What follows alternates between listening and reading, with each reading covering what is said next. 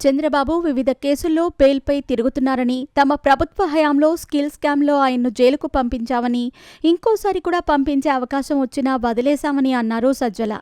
ఈరోజు నెల్లూరు జైలులో ఉన్న మాజీ మంత్రి కాకాణిని సజ్జల పరామర్శించారు. ఈ క్రమంలో ఆయన ఘాటు వ్యాఖ్యలు చేశారు.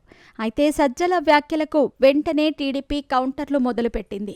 చంద్రబాబుని ఒక్కసారికి జైలుకు పంపితేనే వైసీపీ 11 సీట్లకు పరిమితమైందని, రెండోసారి కూడా పంపించి ఉంటే వైసీపీ నామరూపాలు లేకుండా పోయేదని టీడీపీ నేతలు సెటైర్లు పేలుస్తున్నారు. వైసీపీ నేతలపై తప్పుడు కేసులు పెట్టి భయపెట్టాలని చూస్తున్నారని మండిపడ్డారు సజ్జల.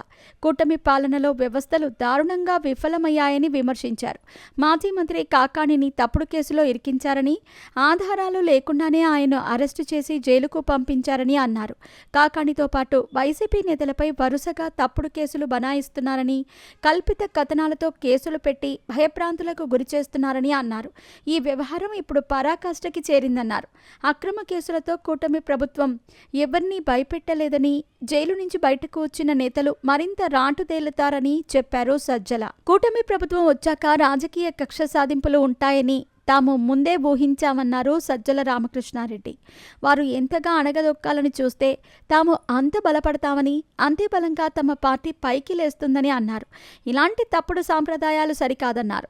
ఈ తప్పుడు సాంప్రదాయాలు ముందు ముందు కూడా కొనసాగితే దాని పరిణామాలు భవిష్యత్తులో మరింత ఘోరంగా ఉంటాయన్నారు. తాము అన్నింటికీ సిద్ధపడే రాజకీయాల్లోకి వచ్చామని, దేనికైనా సిద్ధమని అన్నారు సజ్జల. రాష్ట్రంలో పోలీస్ వ్యవస్థ దారుణంగా విఫలమైందని విమర్శించారు. పోలీసులు ఎదుట బట్టలు లేకుండా డాన్సులు చేస్తున్నా వారు పట్టించుకోవటం లేదని, పోలీసులు కూటమి నేతలు చెప్పినట్టల్లా ఆడుతున్నారని అన్నారు. తెనాలిలో ముగ్గురిని నడి రోడ్డుపై పోలీసులు దారుణంగా కొట్టారని, ఇలాంటి సాంప్రదాయాలు మంచిది కాదని అన్నారు సజ్జల. కూటమి పాలనపై ప్రజలు ఆగ్రహంతో ఉన్నారని చెప్పారు సజ్జల. కూటమికి పాడి కడతారన్నారు. ఇప్పటికైనా చంద్రబాబులో మార్పు రాకపోతే భవిష్యత్తు భయంకరంగా ఉంటుందని చెప్పారు. అయితే సజ్జల హెచ్చరికల్ని సోషల్ మీడియాలో టీడీపీ నేతలు ట్రోల్ చేస్తున్నారు.